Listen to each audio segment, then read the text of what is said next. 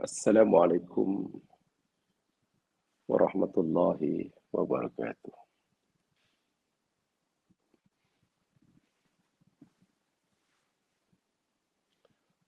Alhamdulillah, alhamdulillahi rabbil ardi wa rabbis sama. Wa khalaqa Adam wa 'allamahu al-asma. Wa asjada lahu malaikatahu wa askanahu al-jannata darul baqa. Wa haddarahu minasyaitani al-a'da. ثم أنفذ فيه ما سبق به القضاء فأحبطه إلى دار الابتلاء.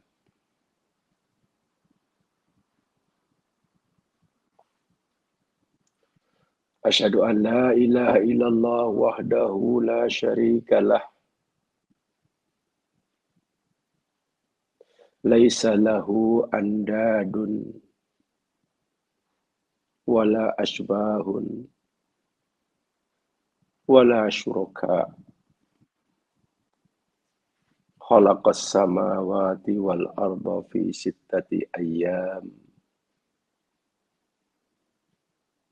وكان عرشه على الماء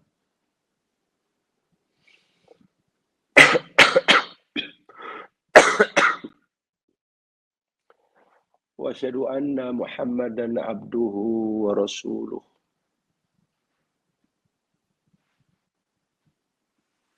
خاتم الرسل والأنبياء وإمام المجاهدين والأتقياء والشهيد يوم القيامة على الشهداء المأسوم صلى الله عليه وسلم فيما أخطأ وما أساء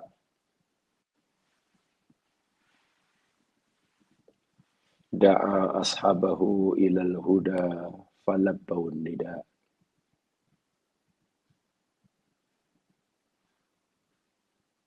رضيت بالله ربا وبالإسلام دينا وبمحمد نبيا ورسولا رب اشرح لي صدري ويسر لي أمري واحلل عقدة من لساني يفقه قولي.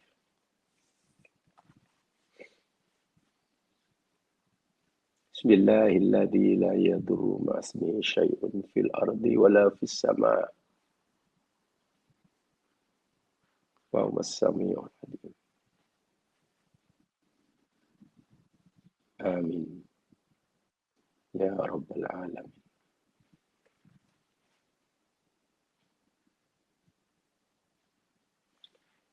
Para pendengar, saudara-saudaraku muslimin, muslimat seiman dan seagama. Semoga Allah sentiasa memberikan pada kita bimbingannya, hidayahnya, rahmat dan taufiknya, agar kita dapat mengisi saki bagi kesempatan yang Dia masih berikan pada kita dengan amalan yang jauh lebih baik, lebih berkualiti dari apa saja amalan yang telah kita lakukan selama ini, sehingga tiba masanya kita dipanggil olehnya dalam keadaan radiyah, mardiyah. Allahumma amin.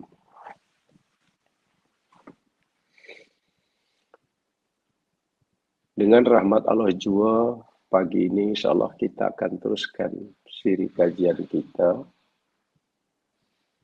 Surah Yusuf. Dan kita masih bicara tentang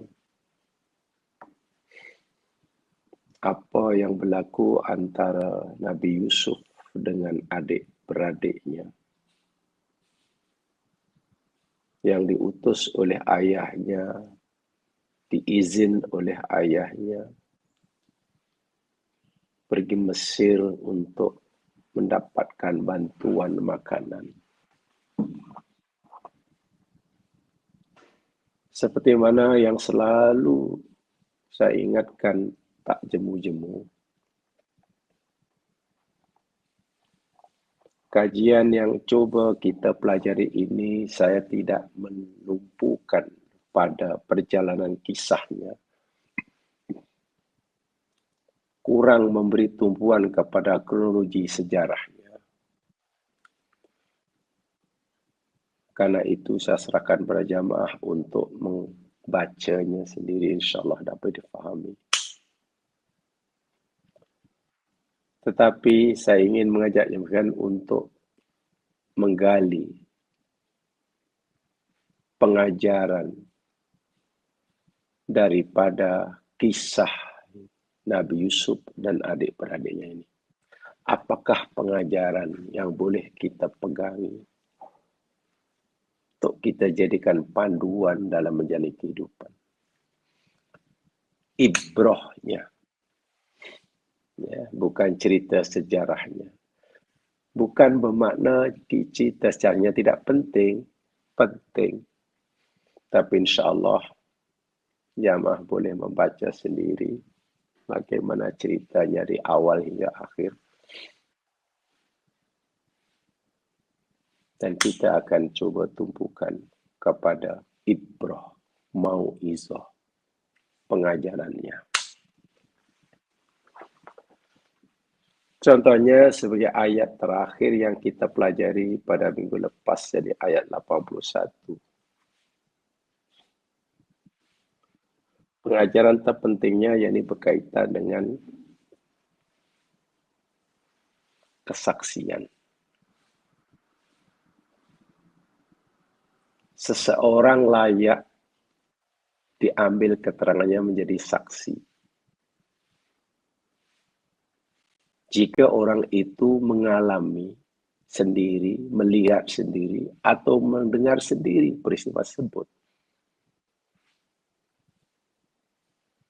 Sehingga kalau orang itu tidak mengalami, mendengar sendiri, melihat sendiri, hakikatnya keterangan dia, kesaksiannya boleh diragukan kalau ianya hanya kata orang, kata orang, kata orang. Ya, dalam bahasa kita, iya sila. Ini penting. Karena minggu lepas setelah kita berikan beberapa contoh, seadil manapun seorang hakim dalam mengadili, melakukan pembicaraan bagi satu-satu kes, belum tentu keputusannya nanti akan adil. Bukan karena hakimnya tidak adil, tapi karena keterangan saksi yang tidak jujur. Sementara hakim hanya diberi hak untuk memutuskan suatu perkara berpandu berdasarkan kesaksian yang masuk, yang diterima. Dan itu kan yang pernah kita pelajari lepas tentang hadis Nabi SAW, bagaimana keputusan Nabi rupanya tidak berpihak kepada yang benar. Bukan salah Nabi. Sebab itulah di dalam ayat 81 ada kalimat yang bisa sangat penting dalam masalah ini. Diucapkan oleh mereka, wa ma syahidna illa bima alimna. Itu sangat penting. Dan kami tidak menyaksi Kami tidak boleh memberikan kesaksian kecuali apa yang kami lihat, kami ketahui, kami alami. Selebihnya kami tak tahu. Wa ma kunna lil ghaibi khaif. Bagi saya inilah pengajaran yang penting, apalagi dalam kehidupan masyarakat hari ini. Di seluruh dunia, hampir seluruh dunia termasuk negara Islam. Institusi atau jabatan-jabatan di suatu negara yang boleh katakan makin sibuk bertambah kerja dan tugasannya. Jadi mahkamah. Perhatikan aja di dunia. Mahkamah itu yang paling sibuk akhir-akhir ini. Hakim-hakim makin tambah kerjanya. Ada saja isi yang masuk. Makin ramai, makin banyak, makin banyak. Bayangkan. Lalu apa peranan Islam? Apa Islam hanya tengok? Dalam hal ini, apakah Islam hanya tengok? Orang Islam hanya menyaksi dari penonton? Bukankah kewajiban orang Islam mengambil peranan aktif dalam perkara ini bagi menegakkan keadilan siapapun orangnya? Sama ada hakimnya, pendakwa rayanya, peguam belanya, para saksinya, bahkan yang dituduh sekalipun. Quran telah beri panduan, katakan yang benar, berlaku adillah walaupun atas diri kamu. Ingat zaman Nabi, ada orang mencuri. Pada zaman Umar, ada orang mencuri, jumpa Umar mengaku mencuri. Belum ada pertuduhan. Pada zaman Nabi, ada sahabat terlanjur zina, tak ada yang tahu, tak ada yang mendakwa, tak menuduh. Dia datang sendiri jumpa Nabi, minta dihukum. Masya Allah. Itulah ajaran Islam. Jadi bukan malah berusaha untuk mengelak daripada bertanggung jawab atas kesalahan. Disinilah pentingnya orang menghayati Islam dan menjadikan Islam sebagai panduan bagi menyelamatkan dirinya dimurka oleh Allah di dunia dan diazab di akhirat.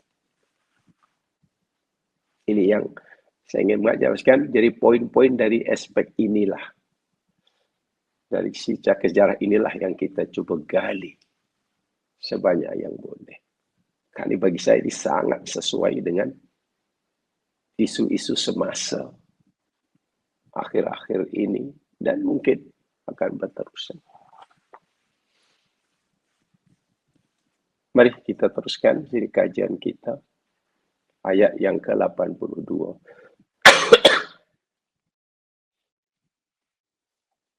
A'udzu billahi minasyaitonir rajim. Was'alil qaryata allati kunna fiha wal 'ayra allati aqbalna fiha wa inna lasadiqun. Yang terjemahannya lebih kurang, dan bertanyalah engkau kepada penduduk satu negeri yang kita semua berada di tempat itu, di situ. Allati kunna fiha. Pertama. Yang kedua, bertanya oleh engkau. Pada siapa? Wal-'ayra allati aqbalna fiha. Juga kepada kafilah-kafilah, rombongan-rombongan yang kita datang bersama mereka ke Mesir. Karena rupanya rombongan yang datang ke Mesir untuk minta bantuan bukan hanya adik-beradik Yusuf saja. Bukan pada anak-anak Yakub saja. Ada rombongan lain dan negeri lain. Tanya mereka. Wa inna lasadiqun. Sesungguhnya kita semua ini, kami semua ini, sungguh orang-orang yang bercakap benar. Tak pernah bohong. Jamaah sekalian, ini masih bukan ucapan adik-beradik Yusuf. Dalam hal ini, yang mengatakan ini dipercaya, yakni yang paling besar daripada kabiruhum. Sama mereka paling besar dari si umur, paling besar pada akal fikirannya. So itu ada yang kata Yahuza lah, Sam'un lah, Rubel, apalah itu tidak. Yang pasti salah seorang mereka yang paling berpengaruh di kalangan itu. Sama Sam'un ke, Rubel ke, Yahuza ke. Tanyalah kamu. Kita ini orang jujur. Kita ini orang benar. Datang ke Mesir bukan hendak membuat rusak. Bukan hendak berbohong. Nah, untuk menguatkan, membuktikan yang kami ini benar-benar orang jujur, coba kamu cari maklumat, sumber maklumat untuk membenarkan kejujuran kita. Pertama, was'alil qaryatal lati kuna fiha. Tanya kepada penduduk negeri yang kita berada di situ. Maksudnya siapa? Orang Mesir. Kalau tidak percaya, nantilah. Katalah kamu balik jumpa ayah dan kamu beritahu pada ayah bahwa anaknya mencuri. Kan begitu dalam ayat sebelumnya. Katakan pada ayah, inabnaka sarok, anak ayah mencuri. Tapi Imam Al-Kisai membacanya surriko.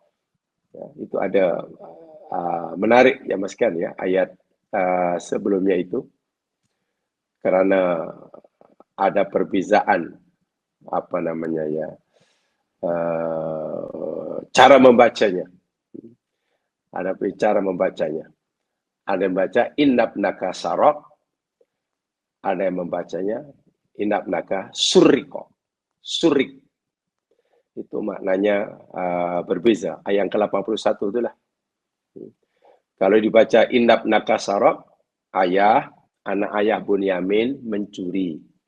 Kalau dibaca saroko. Ya.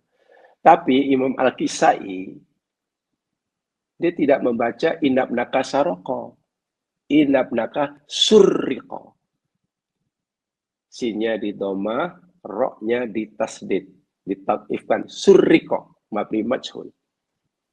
Apa beza maknanya? Berbeza. Kalau saroko, anak ayah mencuri ayah Bunyamin, itu ditahan di Mesir jadi hamba selama 1 tahun. Kalau baca surriko, anak ayah, yakni dituduh mencuri. Kami tak tahu pasti. Tidak melihat langsung yang Bunyamin mencuri. Tapi realiti dia, Bunyamin ditahan di Mesir, dijadikan hamba karena dituduh mencuri. Tak tahu macam mana ceritanya. Nah, ini kata Imam Al-Kisai.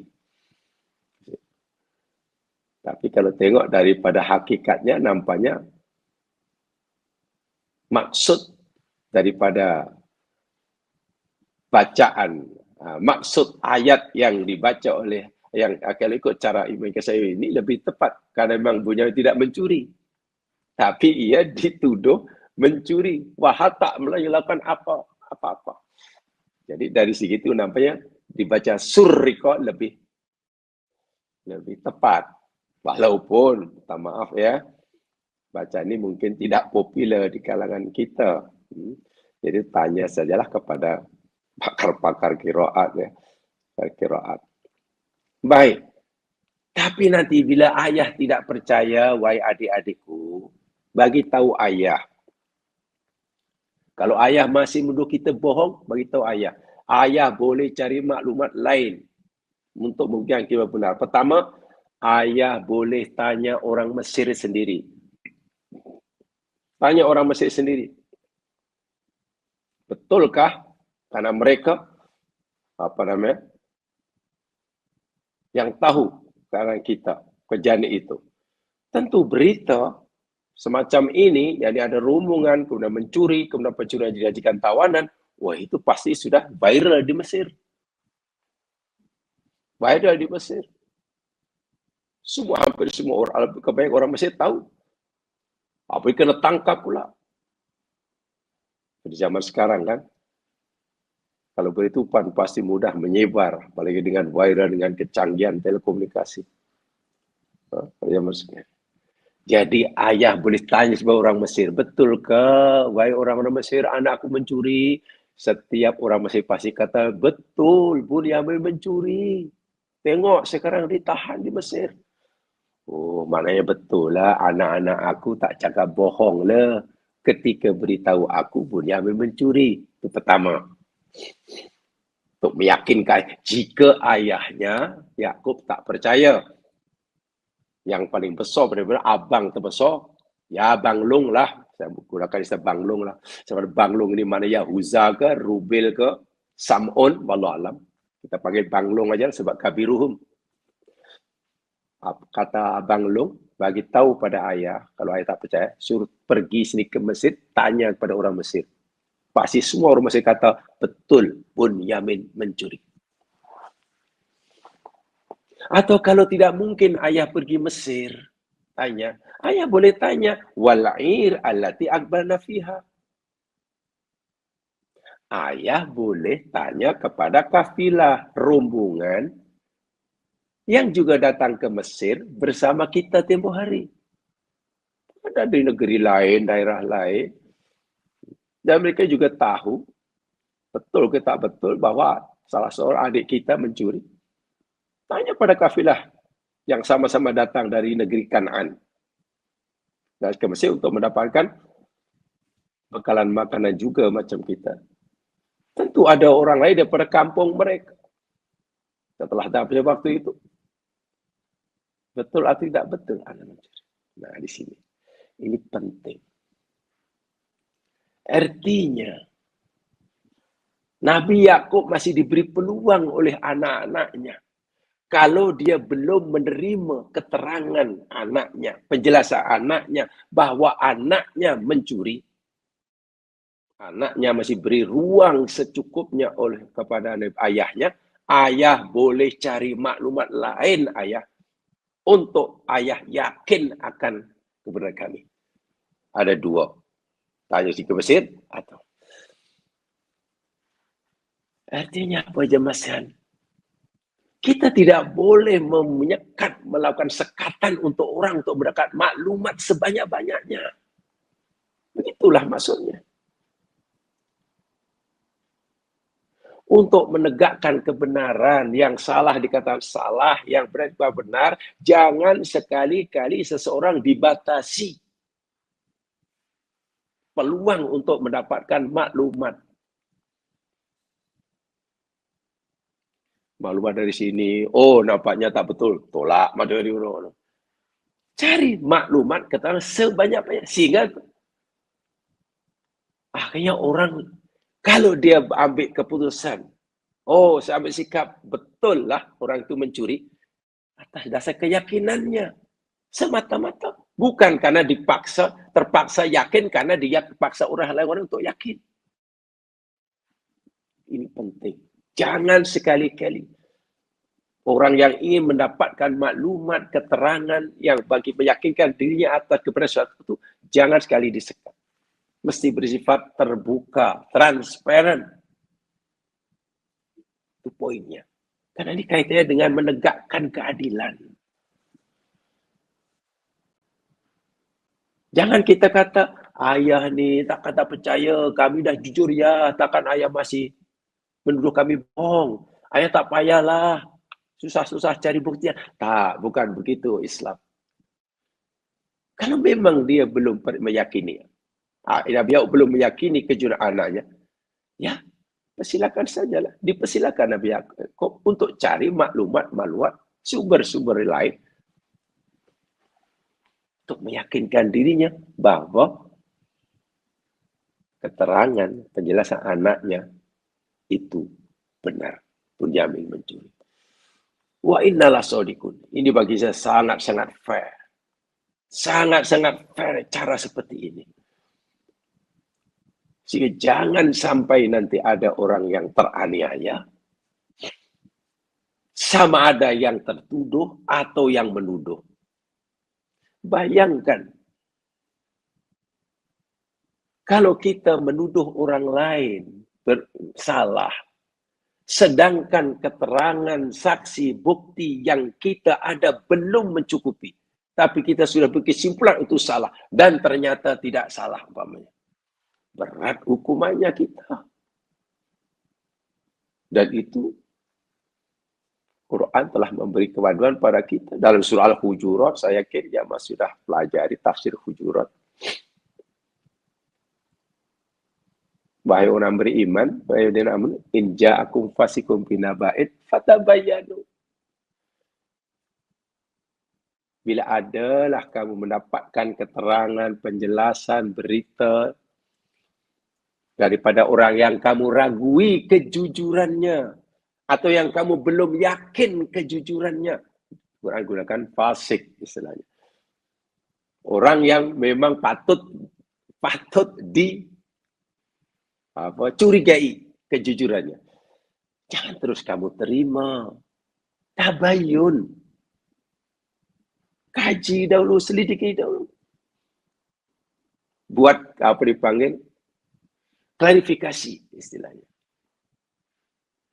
Tengok loh. Bukan terus terima telan bulat-bulat, kemudian dijadikan alasan untuk berkesimpulan. Tak boleh. Apalagi terus diviralkan. Allahu Akbar wa lillahil hamd. Jangan. Tengok. Bagaimana sangat-sangat sesuainya pengajaran yang ada dalam ini bagi suasana keadaan kita hari ini. Ya. Sangat-sangat munasabah. Satu sumber kita nampaknya nak kata dia cakap bohong juga tidak, nak kata dia nak 100% betul pun belum, ya cari sumber yang lain. Dengan dua sumber keterangan nampaknya saya belum yakin 100%, walaupun saya juga tidak ragu 100%. Cari sumber ketiga. Hingga jika kita berkesimpulan orang itu salah atau tidak, percaya atau tidak, penuh dengan keyakinan. Karena kita akan dipertanggungjawabkan di hadapan Allah. Apatah lagi Nabi Yakub tentunya tidak mudah mempercayai apa yang disampaikan oleh anak-anaknya. Karena track record anak-anak Nabi Yakub dalam pandangan Yakub ini cukup menyenangkan, cukup hitam. Nabi Yakub masih ingat, ini anak aku. Dulu Yusuf kata dimakan segala pembohong, ini pula anakku. Nah, wajarlah kalau Nabi Yakub dah tidak percaya. Dan anaknya tahu itu. Anaknya tahu yang orang tuanya, Nabi Yakub, tidak mudah mempercayai, menerima bulat-bulat apa yang disampaikan. Tapi anaknya nampaknya terbuka. Tak apalah ya, ayah boleh tanya sendiri ke Mesir. Ali boleh tanya pada kafilah yang sama-sama datang dari Kanaan ke Mesir. Betul ke tak betul? Bahwa anak ayah mencuri di Mesir? Tanya mereka. Allahu Akbar. Itulah pentingnya dalam bermasyarakat. Dan ini Islam benar-benar berperanan. Islam benar-benar punya peranan yang besar sekali dalam hal ini. Terlibat langsung Islam sebagai pengawas. Dan Islam tidak boleh jadi hanya penonton. Tak itu urusan. Islam tak ada kena-mengena. Islam hanya cerita solat. Allahu Akbar. Islam hanya cerita wirid. Islam hanya cerita puasa. Bukan. Di sini Islam benar-benar punya peran yang sangat besar pengawal. Itu jelas. Masalahnya, mampukah orang Islam menerjemahkan apa kata Islam dalam perkara ini? Nah, ini persoalan lain. Islam sempurna, betul. Islam lengkap, iya. Islam sentiasa punya jawaban bagi segala masalah, iya. Pertanyaan, mampukah orang Islam memberikan jawaban terhadap permasalahan yang timbul dalam masyarakat yang Islam sudah miliki itu? Jadi jika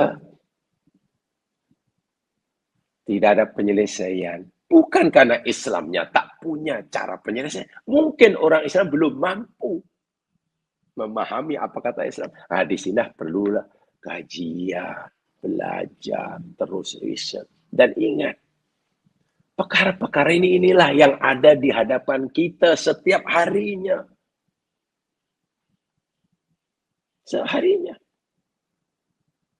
Benar, sholat, zakat, puasa, haji, tak apa-apalah sebenarnya. Itu semua memang sudah ada daripada zaman dulu hingga sekarang.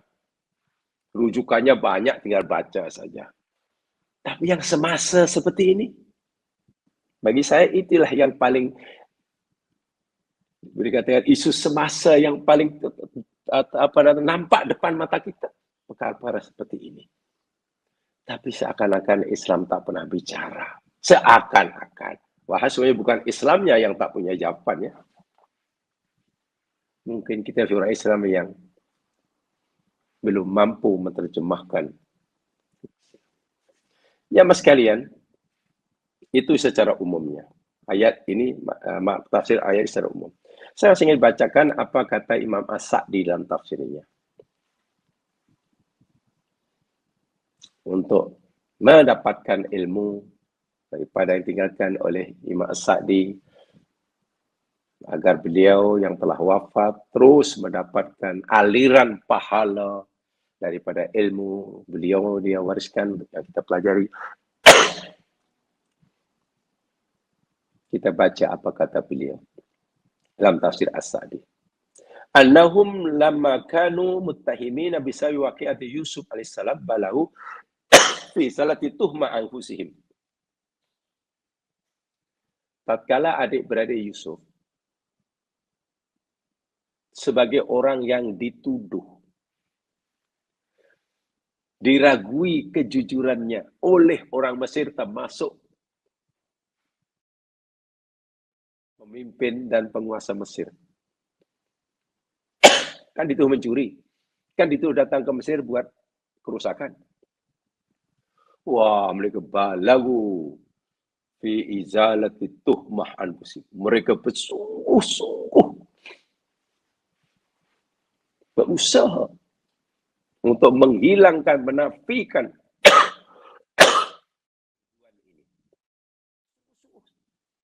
karena mereka memang merasa tidak melakukan perbuatan salah dan tak ada niat pun, tapi tiba-tiba dituduh. Kamu datang ke Mesir mencuri ya, kamu dibuat rusak lah. Akhirnya mereka bersungguh-sungguh dengan ucapan mereka was'al. Itu bersungguh-sungguh tuh. Orang Mesir meragui kejujuran mereka, bayangkan. Kamu kata tak mencuri, tapi ternyata tengok ada di antara adik kamu mencuri. Hei, kamu ni berbohong. Wah, mereka sudah buruk nama dia. Sekarang nak meyakinkan ayahnya. Bahwa mereka benar-benar orang yang jujur. Bukan mudah. Itu mereka kata, nanti bila kamu pesan pada adiknya, bila kamu jumpa ayah, dan ayah ragu, in syakakta fi qaulina, ayah, jika ayah masih meragui penjelasan kami ini, was'alil qaryah, ayah tanya ajalah pada penduduk Mesir. Betul atau tidak anak ayah mencuri? Atau kalau nak mesti nampaknya mustahil, ayah tanya ajalah kepada tu rombongan yang sama-sama dari kampung dengan kita pergi Mesir, dari Kan'an itu juga. Mereka tahu juga. Ai is'al ahlal mauqi' alladhi hadatsa fi tafshis. Bila tak taftish, faqad talu ala ma akhbarnaka. Tanya mereka, pasti mereka tahu karena pernah melihat sendiri. Proses siasatan kerajaan Mesir terhadap barang yang hilang itu secara terbuka. Penguasa Mesir ketika membuat siasatan mencari benda yang hilang, yang dikatakan kami mencuri, itu dia akan secara terbuka, transparan. Disaksi oleh kita semua, oleh ramai orang. Satu persatu kan. Mereka melihat. Dan ternyata memang ada di karung atau goni Bunyamin benda itu. Mereka tahu semua. Ayah boleh tanya mereka kalau tidak percaya pada ayah. Kami orang yang jujur, ayah.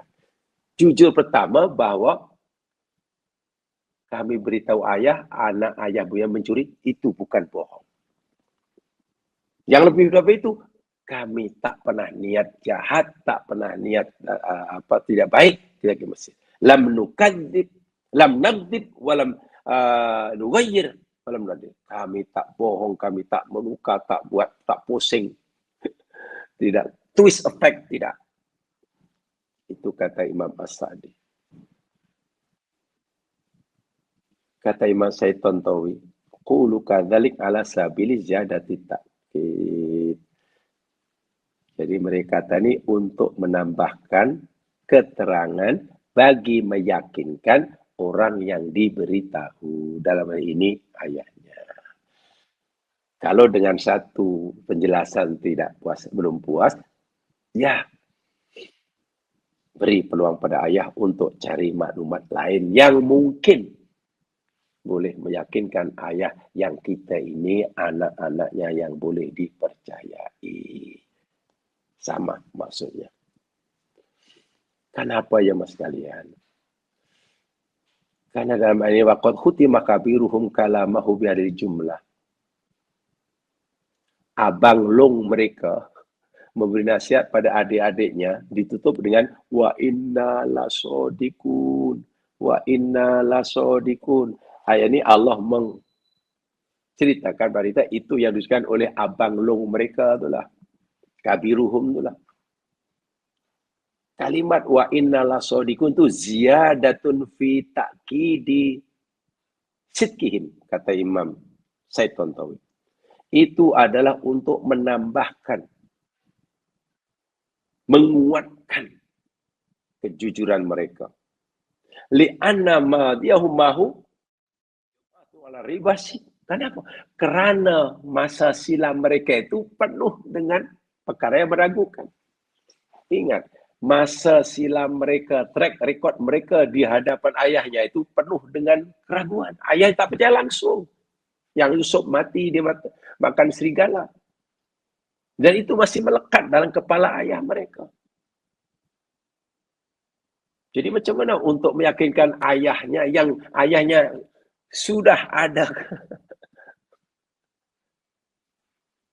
pikiran yang anak ini tak pernah cakap jujur. Wah, dia kata, wa inna lasodikun.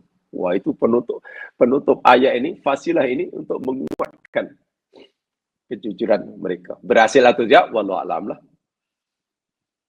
Fahumul ladina qalu lahum min qablu fi Yusuf, karena mereka telah bohong menipu ayahnya puluhan tahun sebelumnya tentang kisah Yusuf. Ketika mereka kata arsilhu ma'ana ghadan yarta wa yal'ab wa inna lahu lahafidun. Ayah, tolonglah izinkan Yusuf ini esok pergi dengan kita orang ya. Apa salahnya sesekali kita ajak Yusuf, adik kita, bermain-main, bersenang-senang. Ayah jangan khawatir, kita akan menjaganya ya. Kan begitu. Dalam kisah Nabi Yusuf. Lalu mereka buatlah. Nah, jangan jahat. Balik pura-pura nangis. Ja'u abahum Isa'ayab pun nangis-nangis. Konon sedih. Air mata buaya ke apa namanya. Itu maksudnya. Jadi tidak mudah meyakinkan orang yang pernah ditipu. Tidak mudah. Ini. Jadi kalau kita sudah menipu orang Dan orang tu sudah terpatrai dalam kepala dia yang kita menipu. Lain kali kalau kita cakap benar pun dia susah nak percaya. Bayangkan. Hati-hati. Walaupun taklah. Sekali menipu, selamanya akan menipu, tak adalah. Orang boleh menipu hari ini, besok jujur, ya boleh. Tapi masalahnya, kesan penipuan kali pertama, itu memberikan impact, first impression padanya, dia itu penipu. Jadi susah nak menghilangkan kesan itu. Walaupun yang orang tadi sudah berubah. Yang semalam dengan ini orang yang berbeza. Semalam dia penipu, hari ini jujur, esok. Dan inilah yang dirasai. Patutlah kenapa jangan sekali-kali kita menipu. Walaupun mungkin kita boleh menukar, membaiki daripada menipu jadi jujur, tapi kesan negatif bagi orang yang pernah jadi mangsa penipuan kita, itu susah dia nak menghilangkannya. Susah. Itu baru kali pertama, bagaimana kalau kena tipu banyak kali? Sehingga ada kata orang, seseorang boleh menipu 1000 orang dengan sekali buat. Seseorang boleh menipu 1000 orang sekali, serentak. Tapi seorang tidak mungkin mampu menipu seorang 1000 kali. Tidak mungkin. Kita boleh menipu 1000 orang, 10.000 orang sekali harum. Tertipu semua sekali cakap. 10.000 orang. Tapi kita tak mungkin menipu seorang 1000 kali. Ya paling sekali, 2 kali, 4 kali dia dah perasan. Ini tipu ni. Aku dah kena 3 kali dah. Kalau orang kena tipu orang 100 kali oleh orang yang sama, itu mana tak tahulah sama ada kerana yang menipu ni terlalu pandai atau yang kena tipu terlalu bodoh. Ingat. Ini kaitan dengan bab kejujuran. Sungguh pun orang yang telah terbukti menipu tempoh hari, telah berubah menjadi orang yang bercakap jujur, tapi ingat, kesan negatif pada minda orang yang pernah kena tipu, susah nak hilangkan. Itu poin dia, itu pengajarannya. Saya itu hati-hati. Bila bercakap, bila memberikan pencerahan, hati-hati. Itu maksudnya. Itu pengajaran dia. Itu hanya. Tapi kadang-kadang orang tak kisah. Dan ini berat sekali. Bayangkan kalau orang sudah tidak percaya pada kita. Walaupun kita percaya benar. Macam mana coba? Itu hukuman sosial yang luar biasa. Jamaah sekalian. Benar. Okey, orang itu asalnya penipu, sekarang sudah jujur. Ya, Allah tak juga jujurlah. Ya, betul. Allah mungkin ampunkan. Tapi masalah jika masyarakat masih punya stigma yang dia itu seorang penipu macam mana. Sehingga ucapan kita tak diterima langsung. Kita tetap dianggap pembohong. Itu hukuman sosial dipanggilnya. Itu termasuk siksa dunia juga tu. Tidak dipercayai, bayangkan. Hilangan pasti hidup menjadi tidak tenang juga. Karena walaupun kita sebagian daripada masyarakat, lainlah kalau kita hidup seorang diri tengah hutan. Allahu Akbar. Hati-hati. Sehingga Nabi sendiri pun pernah bersabda, la yazni zani hina yazni wa huwa mu'min. Orang yang berzina tidak berkan zina dalam keadaan ia mukmin. Mana semasa ia mukmin, semasa ada iman tak akan zina lah.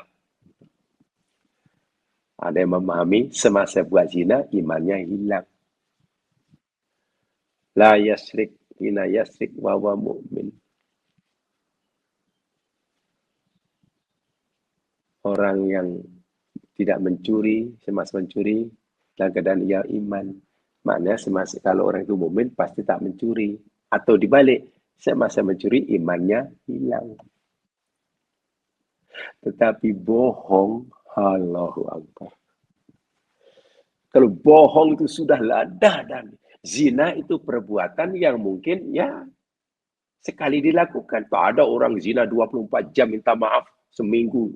Terus non-stop. Tak mungkin. Tak mungkin orang mencuri setiap saat dalam minitnya, setiap menit dalam jamnya. Tapi kalau menipu, itu melekat dalam hati. Ketika ia tidak sedang menipu pun, ia itu sudah ada sifat menipu. Bayangkan. Itu lebih berat. Bila orang sudah direkodkan sebagai penipu, ya Mas kan, walaupun dia tidak sedang menipu, predikat menipu itu melekat. Jadi lebih berat. Lebih berat. Ada satu hadis yang kalau kita fahami sepintas lalu, nampaknya masuk surga ini sangat mudah. Tapi kita kena fahamlah asbabul wurudnya ya. Ada seorang sahabat yang Nabi sangat mengenali sahabat ini. Sahabat ini jadi seorang yang tak boleh cakap jujur. Banyak bohong lah. Dari segi yang lain, oke. Dari segi yang amal lain, oke. Tapi satu aja kelemahannya. Suka bohong. Jumpa Nabi, tanya, ya Rasulullah, dullani ala amalin yudkhulul jannah. Ya Rasul, boleh tak engkau tunjukkan pada aku amalan apa agak-agak yang bila aku lakukan, aku boleh masuk surga? Nabi kata, tak taklid. Kau jangan nipu ya. Jangan menipu. Ya, mungkin sahabat tadi fikir, semudah itu ya Rasul. Iya, udah jangan nipu. Balik ini orang. Kumpul dengan masyarakatnya.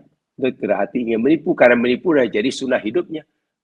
Tapi tegak hati, kalau aku menipu, nanti jumpa Nabi, lalu Nabi tanya, adakah kamu hari menipu?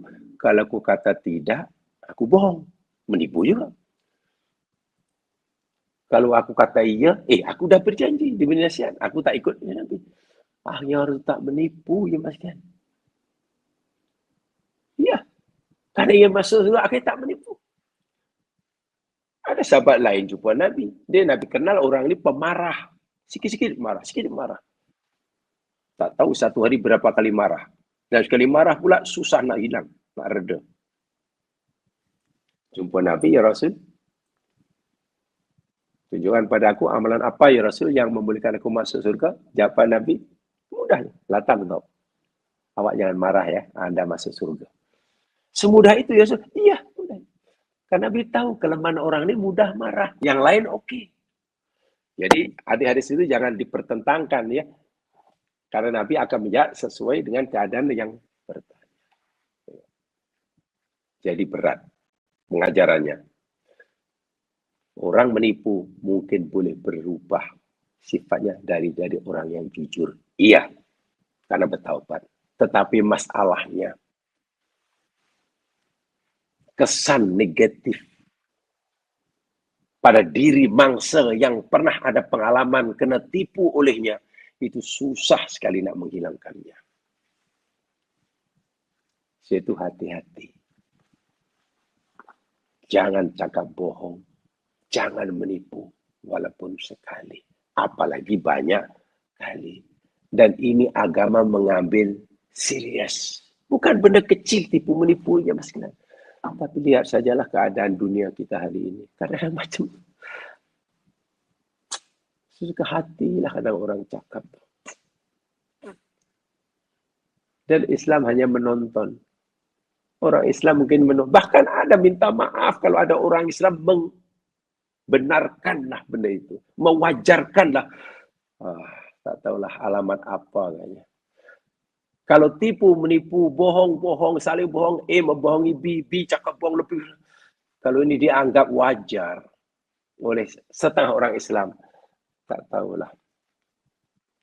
Apakah ini tanda akhir zaman? Saya tidak tahu. Tapi yang pasti ini adalah musibah. Ini adalah fitnah. Ini adalah fitnah. Itu jamaah sekalian. Jadi, saudara sekali, hampir kebanyakan mufasir yang boleh baca mufasir itu termasuk dalam tafsir Maisir. Agak panjang tafsir Maisir yang dikarang oleh Nukhbatul Asar di tafsir.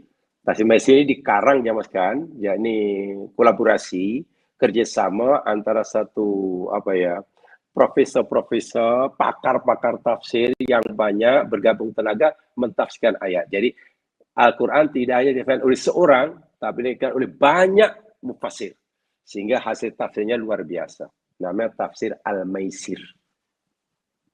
Karena pikiran banyak mufasir dituangkan dalam satu tafsir. Itu hebat itu. Kalau tafsir pengarang seorang kan hanya pikiran seorang. Itu ada itu. Namanya dalam tafsir Maisir. Falamma raja'u akhbaru abahum Muhammad Hanasa, tak mereka balik jumpa ayahnya memberitahu apa yang berlaku. Fatalabu ilaihi atasakum ya akhbaruhu qailin, dan mereka minta ayahnya, mengharap dan ayahnya meyakini apa yang dia kata. Lalu mereka kalau tak percaya, mereka disuruh menyuruh ayahnya bertanya pada orang Mesir atau tanya kepada kafilah lain.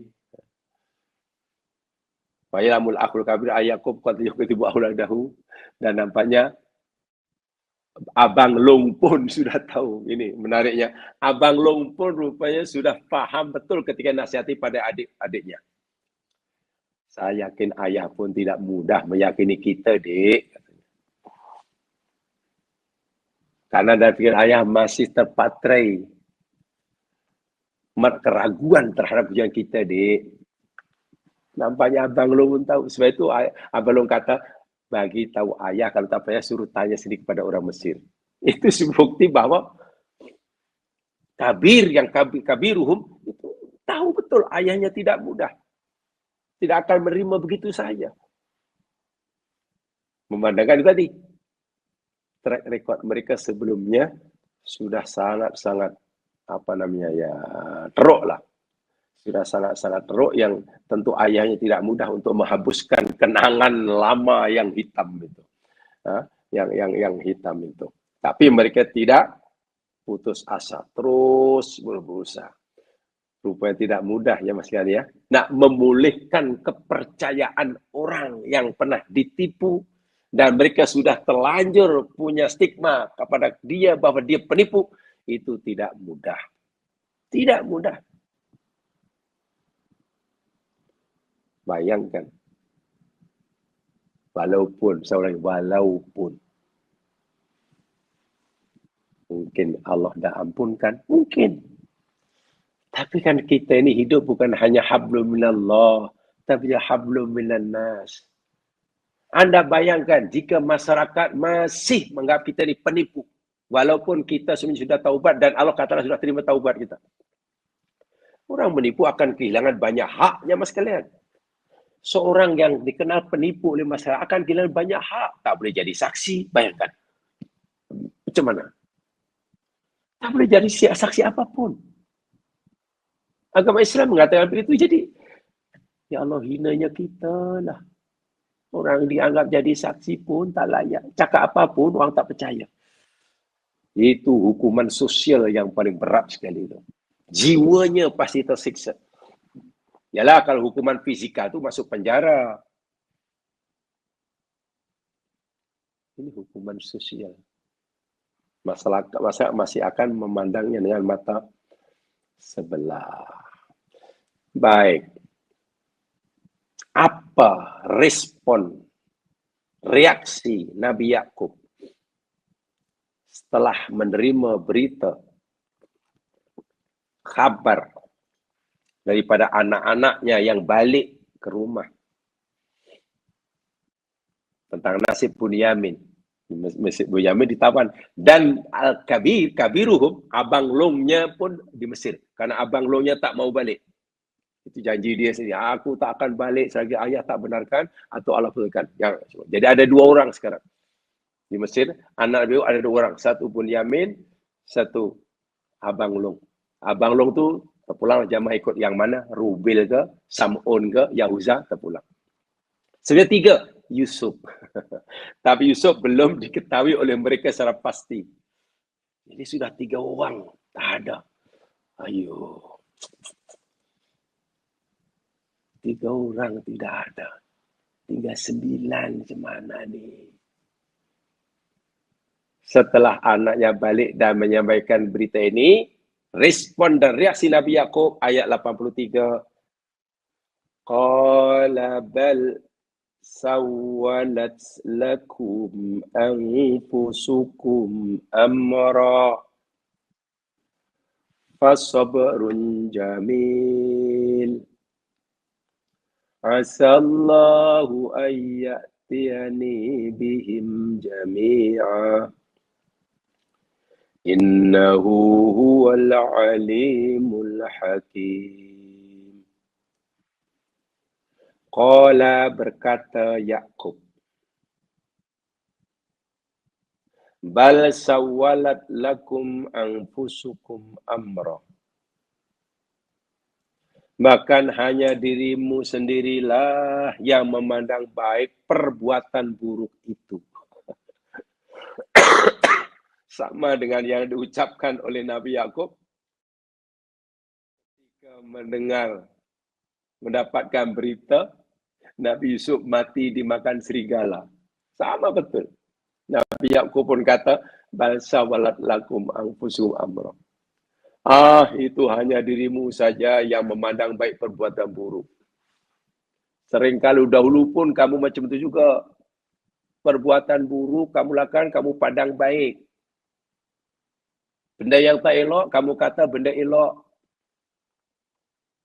Itu, Masya Allah. Tengok, tadi saya katakan, kesan negatif yang ada dalam diri Nabi Yaqub karena pernah ditipu oleh adanya belum hilang. Ini tidak mudah. Tapi apa boleh buat walaupun aku tidak mempercayai kamu, nak. Karena kamu pernah memandang perbuatan tak baik sebagai baik. Karena sawwalat lakum anfusukum. Ya, ayah hanya boleh sabrun jamil. Sabrun jamil. Jadi Nabi Yaqub amat kesal sekali. Kecewa sungguh dengan apa yang telah berlaku. Baginda Nabi Yaqub berkata padanya, mereka telah begitu mudahnya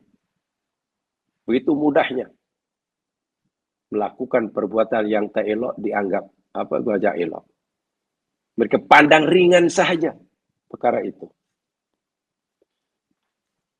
Hingga Bunyamin dituduh mencuri. Ini satu di antara tafsirnya, Nabi Yaqub Bunyamin dituduh mencuri. Dahulu Yusuf dikata mati di Basia. Sekarang Bunyamin anakku yang paling jujur, paling lurus, paling patuh. Kamu tuduh mencuri. Di sini ada kemungkinan jemaah sekalian. Pertama, karena Nabi Yaqub tidak percaya pada apa yang disampaikan oleh anaknya yang boleh mencuri. Karena tadilah pengalaman masa lalu. Keduanya, karena dia seorang nabi, pasti tahu Benyamin tidak mungkin mencuri. Kalaupun Benyamin ditahan di Mesir, dijadikan hamba, bukan karena pasal mencuri. Karena pencurian tidak pernah dilakukan oleh Benyamin. Sehingga, seperti apa nih katakan oleh Al-Kisai ketika baca Surriko itu. Dia hanya dituduh mencuri, bukan mencuri. Jadi tuduh itu sebenarnya bukan perbuatan Bunyamin kan itu kait. Tipu hilah yang dikatakan oleh Nabi Yusuf atas kehendak Allah. Betul juga tuh ya. Dengan senang-senang kamu nak kata, anakku, adik kamu yang aku sayang namanya Bunyamin mencuri. Jiwa Nabi Yaqub. Ada dua kemungkinan. Pertama, Nabi Yakub tidak meyakini berita anaknya karena track record mereka. Kedua,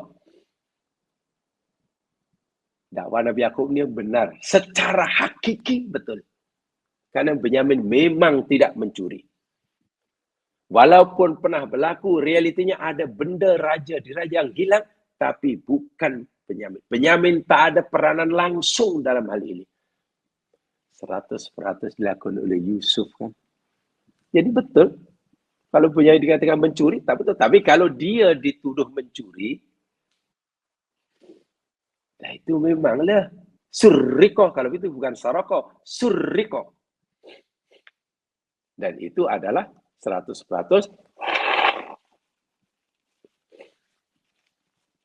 tipu daya Yusuf atas kehendak Allah. Begitulah ya sekalian.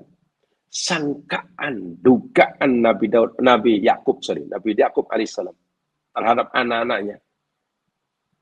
Padahal mereka sudah bercakap benar. Mereka cakap benar karena mereka melihat yang zahir. Nah, tidak salah. Anaknya tidak salah. Anaknya dikatakan bohong, mereka tidak bohong karena mereka cakap sesuai dengan yang mereka lihat. Nah, di sini. Nabi Yakub juga tidak boleh disalahkan jika tidak percaya. Anaknya juga tidak bercakap bohong. Maknanya baginda tidak tahu perkara yang gaib. Kan tidak tahu. Baginda tidak dapat memastikan sama ada mereka itu ikhlas ataupun tidak. Bercakap benar atau tidak, itu saja.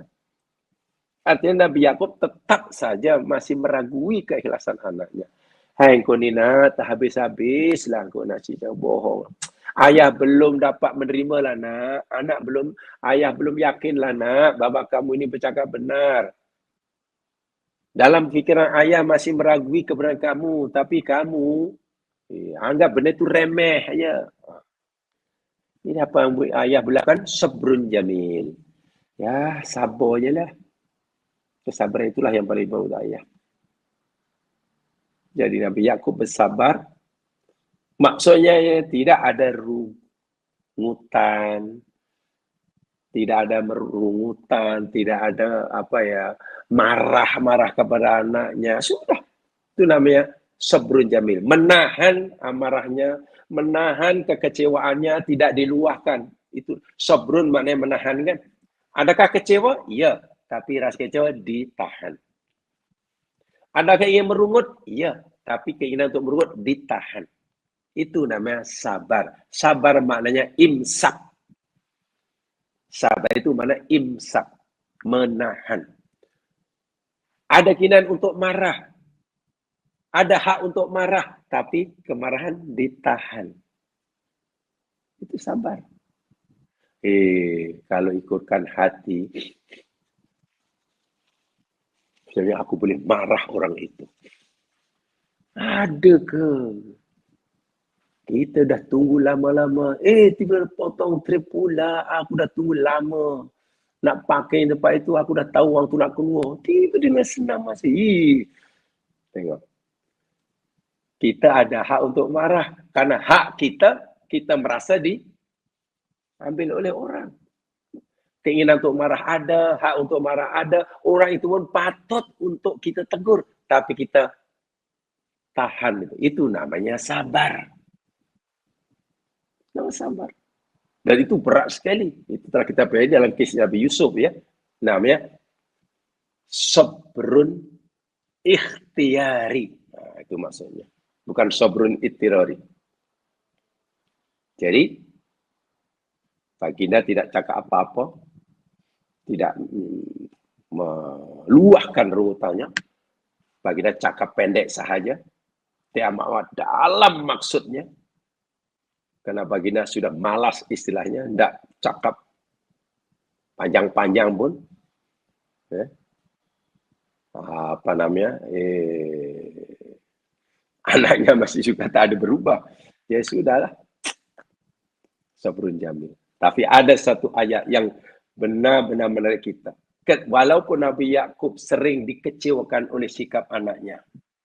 Walaupun Nabi Yakub sering kali dipicu oleh jiwanya untuk marah karena dikecewakan. Dan Nabi Yakub masih mampu menahan kemarahannya. Tapi Nabi Yakub masih punya rojak yang sangat tinggi. Ini luar biasa. Ketika seseorang sudah sering dikecewakan, asal mudahnya lah.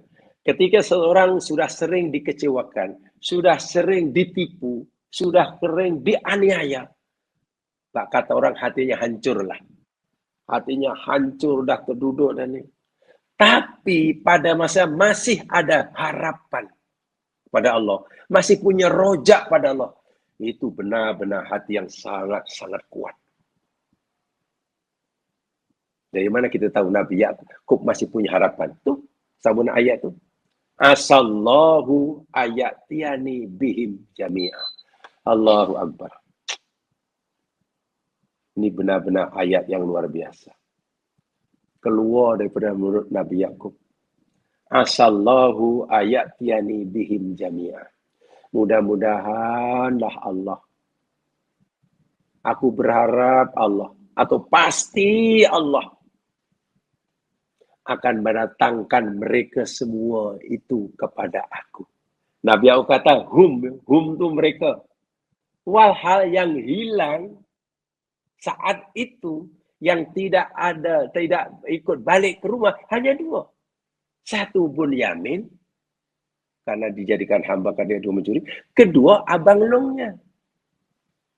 Minta maaf ya Mas Yan. Ini apa tafsir yang kami pelajari dahulu karena guru kami dulu mengajar sama ada yang kata Rubil, ada yang kata Yahuza, ada yang kata Sam'un. Kan tidak mungkin kan tiga-tiga ini benar. Yang benar Rubil, tapi ada orang kata Sam'un. Coba, siapa yang paling besar yang cakap itu siapa? Yang paling besar umurnya atau paling bijak? Namanya siapa? Kan tadi disebut. Karena disebut, ya saya gunakan Abang Long aja lah. Itu maksud saya. Kan hanya ada dua. Satu Bunyamin, kedua Abang Long. Tak balik. Tapi kenapa Nabi Yakub tak kata, semoga lah Allah, aku yakinlah Allah akan mengembalikan kepada aku, mengumpulkan aku dengan mereka berdua yang hilang. Bunyamin dan Abang Long. Kenapa tak begitu dua? Ayat tiani bihima kilaihima. Tapi ayat tiani bihim. Disinilah Nabi Yakub. Dalam saat hatinya istilahnya hancur. Kecewa berat. Menahan kesabaran yang luar biasa. Tapi masih ada ruang untuk roja berharap pada Allah. Husnudzan pada Allah. Dia yakin satu saat bukan hanya Bunyamin dan Abang Long yang dapat ditemukan berkubur semula, tapi terdapat Yusuf yang anak-anaknya sudah meyakini Yusuf mati dalam perigi. Ini rojak yang luar biasa nih.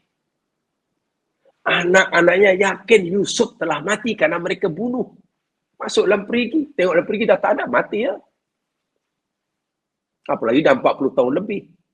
Tapi Nabi Yakub, aku yakin Yusuf tidak mati. Belum mati. Walaupun aku belum tahu di mana Yusuf sekarang ini, yang pasti aku yakin Yusuf tidak mati. Dari mana Nabi Yakub yakin dia tidak mati?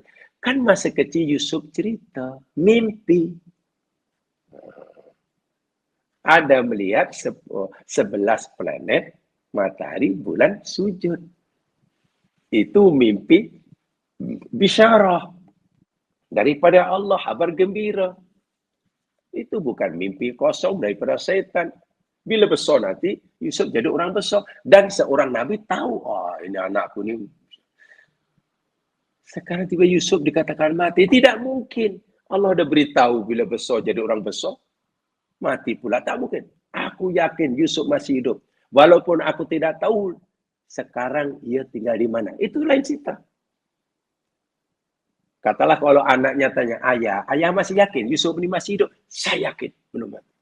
Kalau ayah yakin Yusuf di mana sekarang? Aku tak tahu. Tanya masalah. Tanya dia masalah. Itulah maksudnya.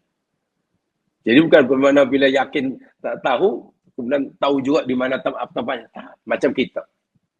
Kita yakin ada Nabi selain Nabi Muhammad, selain 25 ribu. Kita yakin. Yakin seyakin-yakinnya. Quran kata setiap umat ada Nabi yang diutus. Setiap umat. Mana jumlah Nabi yang Allah utus Rasul bukan hanya 25. Ratusan ribu. Siapa Nabi yang Allah utus ke Afrika? Kita tahu. Tapi yang pasti Allah kata setiap umat ada diutus seorang nabinya, nabinya. Itu yakin. Tapi kalau kita siapa namanya, di mana? Tak tahu. Tak tahu karena Allah tak beritahu tempatnya dan siapa namanya. Allah hanya beritahu setiap umat ada nabinya. Nah, begitu maksudnya. Nabi Yakub diberi isyarat oleh Allah bahwa Yusuf tidak mati. Dibunuh oleh abangnya. Tapi Allah tak beritahu sekarang di mana, bagaimana keadaannya. Sebab itu ketika ia masih punya roja, saya ulangi ya, hatinya hancur, sedih, kesabarannya tidak mudah untuk dilakukan. Tapi dalam ruang hatinya masih ada harapan. Masih ada roja, masih ada sifat husnudon. Maknanya esok masih ada. Esok masih ada, istilahnya. Tomorrow never dies. Itu tidak mudah. Hati yang tidak mudahnya. Sebab biasa kalau orang sudah jatuh, apalagi jatuh segini. Ini baru diuji sikit pun putus asa luar biasa. Wa'iyadzubillah orang yang tak punya Allah. Tengok di negeri-negeri kafe. Yang lain berjaya masuk industri. Digagal masuk ini, lompat daripada tingkap kondominiumnya, mati. Hanya gara-gara pakwanya tidak ucapkan selamat hari jadi, sempena hari jadinya, bunuh diri, minum racun tikus. Hanya gara-gara banyak peniaganya lingkup, tembak kepala sendiri. Tengok. Itu baru diuji satu masalah yang remeh-temeh. Dan ujiannya hanya ujian dunia. Fitnah dunia. Boleh bunuh diri. Nabi Yakub telah memberikan contoh yang luar biasa. Dan itu diikuti oleh putranya Yusuf. Pelbagai macam ujian. Seberat manapun, sebanyak manapun, sesering apapun. Ujian itu tidak mampu melunturkan, menghancur leburkan hati dan jiwanya yang kuat. Di tengah hati yang hancur istilahnya. Masih ada ruang kosong besar, ruang besar yang penuh dengan harapan. Roja kepada Allah. Tak apalah. Aku yakin. Ya mas sekalian, dalam kaidah bahasa,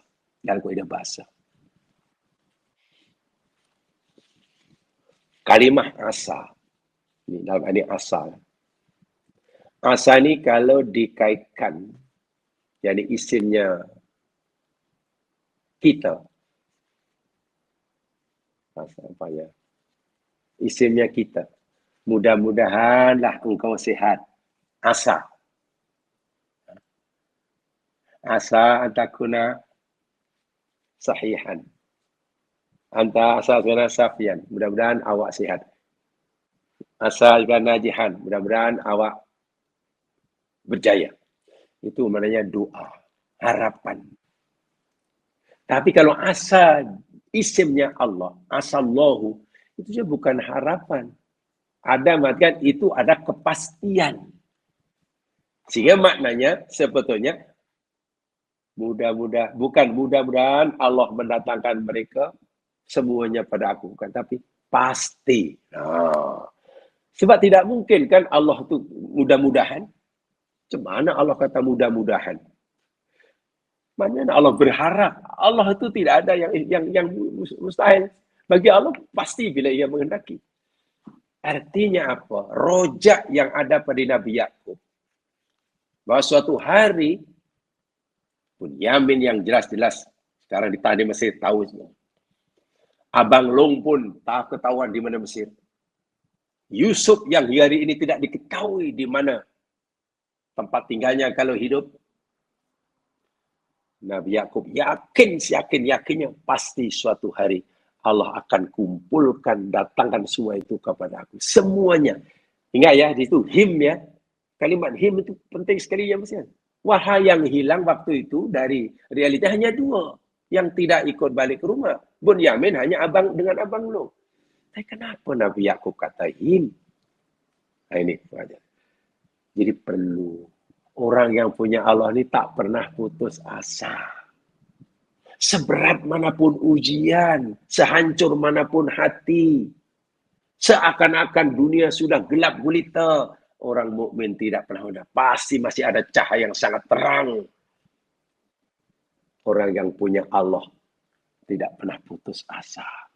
Orang yang punya sentiasa hatinya berbunga-bunga. Walaupun dia kehilangan segala-galanya, selagi dia tidak kehilangan Allah, hatinya pasti bahagia. Orang yang menderita hatinya itu orang yang kehilangan Allah walaupun memiliki segala-gala pemberiannya. Sementara orang tetap bahagia, orang yang tetap memiliki Allah walaupun kehilangan segala-gala pemberiannya. Uang tak ada, umur tak ada, kesehatan tak ada, anak tak ada, segalanya tak ada. Itu kan pemberian Allah. Tapi dia masih punya Allah. Happy-nya luar biasa. Kan Allah itu Rabbul Alamin. Rabbul Alamin. Milikilah ya Allah yang memberi. Cintailah Allah sebagai pemberi. Jangan terlalu mencintai pemberiannya sehingga lupa Allah yang memberi. Itu kata orang-orang pandai.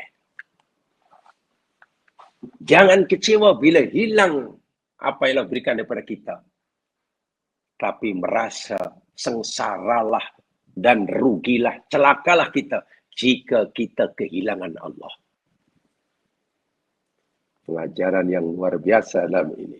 So di sini Nabi Yakub tetap berharap, bahkan yakin suatu hari pasti Allah akan kumpulkan dia dan anak-anaknya termasuk Nabi Yusuf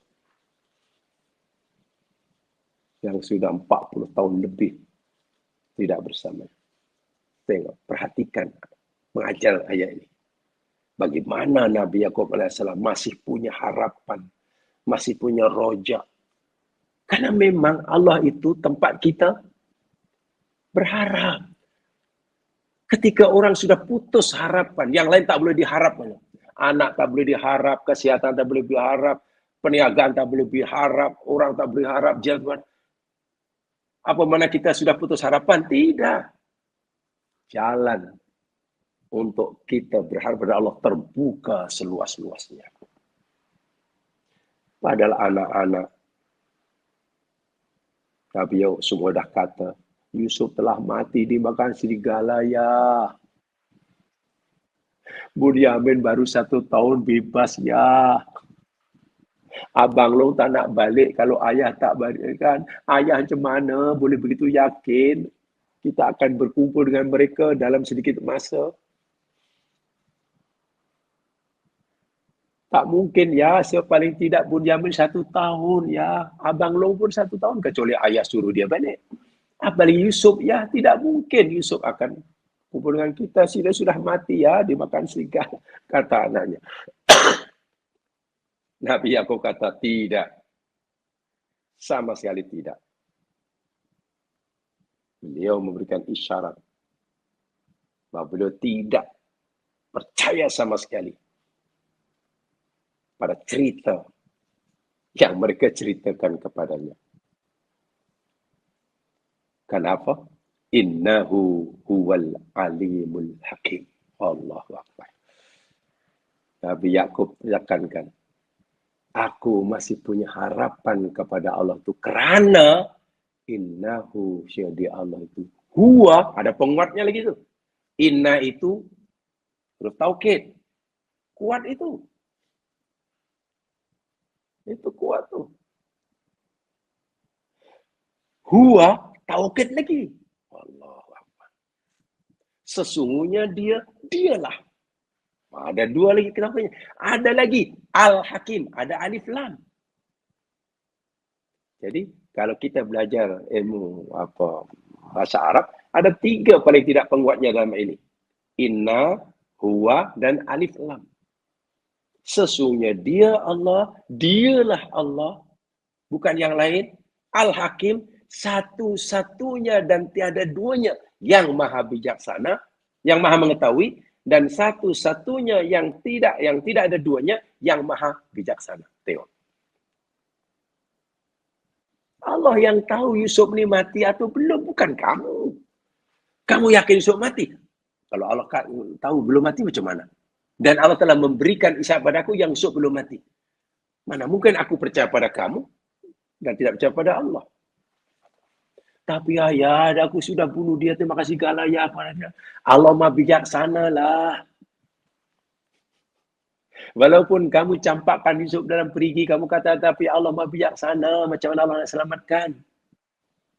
Dengan cara yang di luar kemampuan kamu memikirkannya. Tengok perjalanan Yusuf.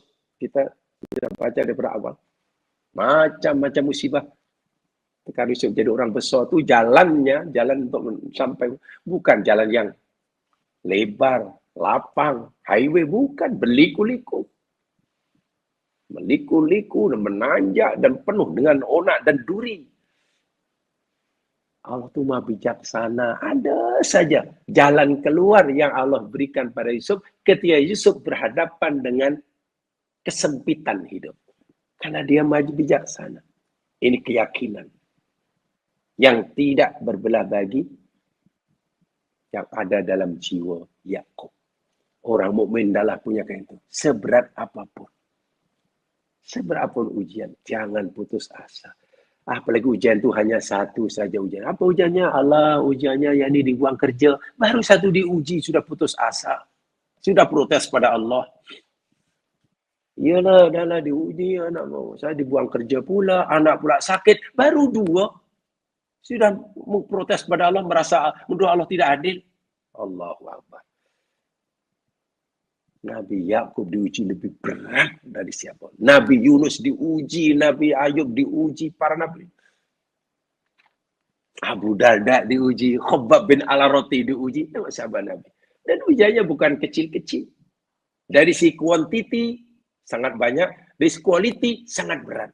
Tapi mereka masih tetap rojak kepada Allah. Dia itu Tuhanku, tempat aku bergantung.